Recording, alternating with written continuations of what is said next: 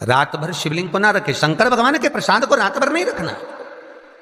कहीं शिव मंदिर में गए और प्रसाद मिला भी है आपको, वैसे तो शंकर जी के मंदिर में प्रसाद नहीं मिलता। क्यों? तो लिंग पुराण के अंदर और शिव महापुराण के अंदर वर्णन किया गया कि भगवान शंकर ने नंदी को वचन दिया था, सुनो नंदी। शंकर भगवान से नंदी कहता है हमारा भरण पोषण कैसे हो। शंकर भगवान कहते हैं नंदी मेरे शिवलिंग पर यदि, कई लोगों को थोड़ा ध्यान दीजिएगा, है बहुत कथा पर बहुत ध्यान देना। शिव महापुराण की कथा है, बार बार ऐसी कथा नहीं मिल सकती आपको। सुनोगे आप अपनी जगह पर, बहुत वक्ता हैं, बहुत प्रेम से बांचते हैं, पर जो कथा रस तत्व से आपको मिल जाए उसको ले लीजिए महाराज। कोई वस्तु, कोई भोजन आप बनाकर लेकर गए हो, कोई पकवान आप बनाकर लेकर गए हो, कोई फल लेकर गए हो, यदि शिवलिंग पर वो पकवान, वो मिठाई, वो फल टच हो गया तो वो खाने के योग्य नहीं रहता। वो घर पर लेकर मत आना, मंदिर में ही छोड़कर। यदि भोजन, पकवान, मिठाई, शिवलिंग यहां पर है और भोजन का भोग तुमने इतनी दूर से लगाया है, फल इतनी दूर रखा है, वो शिवलिंग पर टच नहीं करा गया है, तो उस प्रसाद को, उस फल को आप पा सकते हो, उसको खा सकते हो। पर जो शिवलिंग पर टच हो गया फिर वो केवल नंदी, श्रृंगी, भृंगी, प्रेतों का, भूतों का, आहूतों का भाग होता है। प्रेत, भूत, आहूतों का, वो फिर खाने योग्य नहीं है। हाँ, यदि नर्मदेश्वर महादेव हैं, नर्मदा जी के जल से कोई शिवलिंग प्रकट हुआ है, नर्मदा जी के जल से, कोई कंकर से, नर्मदा के जल से अगर कोई शिवलिंग प्रकट हुआ है, उस शिवलिंग की स्थापना कहीं पर है या आपके घर में है, तो उसको कुछ भी टच हो जाए वो पा सकते हो, पर बाकी के शिवलिंग को स्पर्श किया हुआ नहीं पा सकते। केवल एक नर्मदेश्वर महादेव नर्मदा के जल से प्रकट हुए। कई लोग पूछते हैं ये सांप है कौन, ये सर्प है कौन, तो उसको बताओ ये भगवान शंकर के गले में जो एक सांप पड़ा हुआ है ये भगवान विष्णु हैं। और शंकर भगवान के सिर पर जो जटा में सांप दिखता है, वो हाथ में सांप बंधे रहते हैं, वो दो हाथों में, कमर पर, सिर पर, केशों पर जो सांप 5 नजर आते हैं वो, तो बताओ ये शंकर भगवान की 5 लड़कियां हैं, जया, विषहरा, शामली बारी, दो तली और देव। ये 5 लड़कियां भगवान शंकर के इर्द गिर्द घूमती हैं, आस पास भ्रमण करती हैं। सभी ये शिव की बेटियां भगवान शंकर के साथ भ्रमण करती हैं। 5 जया, विषहरा, शामली बारी, दो तली और देव। ये जो 5 पुत्रियां थी शंकर भगवान की, ये वासुकी को दी गई थी महाराज, क्योंकि ये सर्प की योनि में थी, इसलिए ये वासुकी नाग को प्रदान करी गई थी। वासुकी नाग कौन सा? जिसने मंथन कराया। वासुकी नाग कौन सा? जिसके फण पर पूर्ण पृथ्वी विराजमान है। वासुकी नाग कौन सा? जो निरंतर देवताओं के हित के लिए कार्य करता रहता है। एक पान के पत्ते के ऊपर, मात्र पान जानते हो, वो खाने वाला जो पान करता है उसका पत्ता, पान के पत्ते के ऊपर जो चंदन से शंकर के नाम, पार्वती का नाम और ब्रह्माणी सरस्वती का नाम लेकर शिव को समर्पित कर दे महाराज, उसकी भी तिथि बताइए, बड़ी सुंदर है।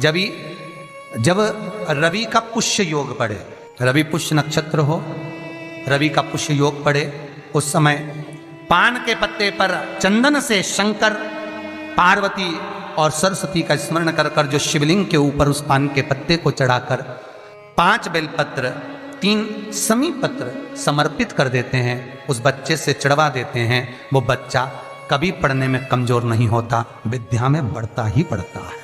पलटकर माँ बाप को देखना ही नहीं पड़ेगा, बच्चे को कभी भी माँ को कहना ही नहीं पड़ेगा कि पढ़ने बैठ, वो खुद पढ़ेगा, रुचि से पढ़ेगा। 5 बेलपत्र, 3 समी पत्र समर्पित कर दें, भगवान शंकर का स्मरण करें और उस बच्चे को प्रणाम करवा कर वापिस लेकर आए। बच्चा विद्या में प्रबल होता है, विद्या प्रकट, भगवान शिव देने वाला है।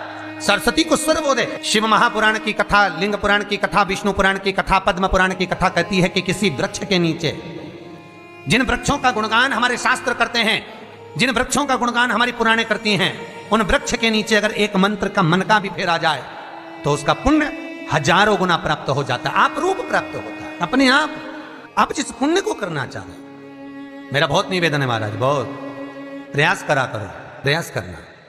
अगर हाथ के मनके की माला भी नहीं हो और किसी पीपल के पेड़ के नीचे 15 मिनट बैठने का मौका मिल गया, आंवले के वृक्ष के नीचे 5 मिनट बैठने का मौका मिल गया, किसी आंवले के वृक्ष के नीचे 5 मिनट बैठे हो, ओम नमो नारायण का मंत्र का स्मरण कर लो, ओम नमो भगवते वासुदेवाय का जाप कर लो, बस उसका फल चौगुना हजारों गुना प्राप्त हो जाता है।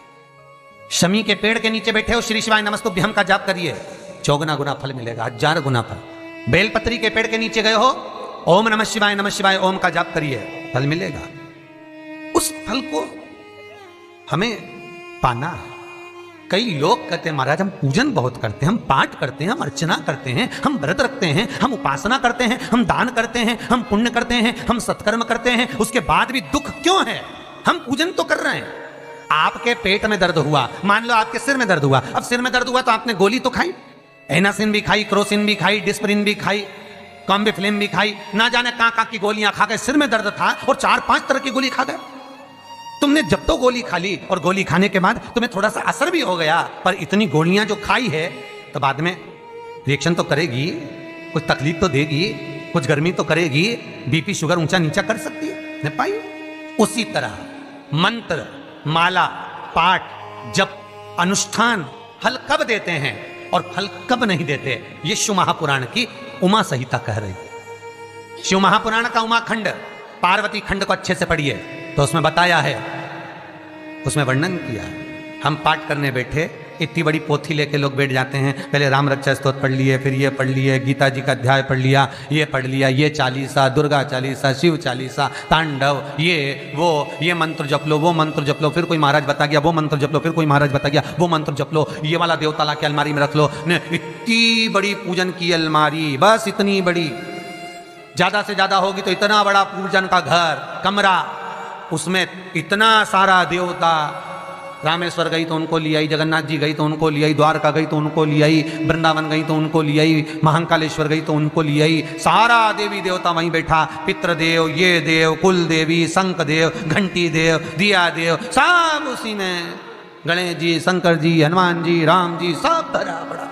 और पूजन करने सुबह से आई, सुबह से इतनी सी शक्कर लाई कटोरी में, इतनी सी शक्कर कटोरी में, भगवान को नहला धुला के कटोरी धर दी, इतनी बड़ी अलमारी में सारा देवता ऐसा कसा कसाया बैठा है, सारा देव। तीर्थ करने फिर गई तो गणेश जी शंकर भगवान से बोले पिताजी फिर जा रही है। शंकर भगवान बोले बेटा खसक के बैठो, फिर पकड़ के लाएगी किसी को, के बैठ, फिर लाएगी किसी, फिर ले आई, फिर रख दिया। पूजन करने आई, कलश रख दिया, मंदिर में ही ढुल गया, भगवान पूरा गीला हो गया। गणेश जी शंकर जी से बोले पिताजी पूरा गीला करके चली गई। शंकर भगवान बोले बेटा तो कल ही आएगी, दिया लगा के गई तो गीले में बैठो, अब नहीं आने वाली।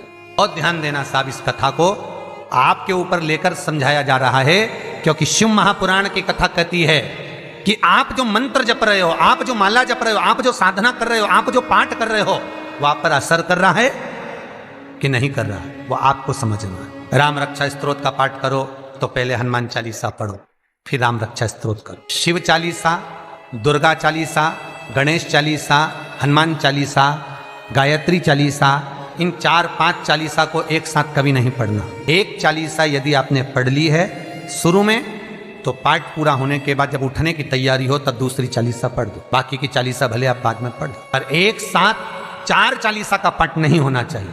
पाठ करने बैठे हो, किसी एक मंत्र की माला जप रहे हो, ओम नमः भगवते वासुदेवाय जपा, या शंकर जी का मंत्र जपा, या गुरु का मंत्र जपा, या ये मंत्र जपा, या वो मंत्र जपा, उस मंत्र को जपने में बीच में कुछ गैप होना चाहिए। एक साथ रट्टा मार पे ओम नमः भगवते, ओम नमः भगवते, श्रीमन्नारायण श्रीमन्नारायण, ओम नमः शिवाय, ओम नमः शिवाय, फिर ये जप लो वो जप लो, और पूरा पाठ सपाट सब खलास, वो श्रेष्ठ नहीं। कुछ देरी के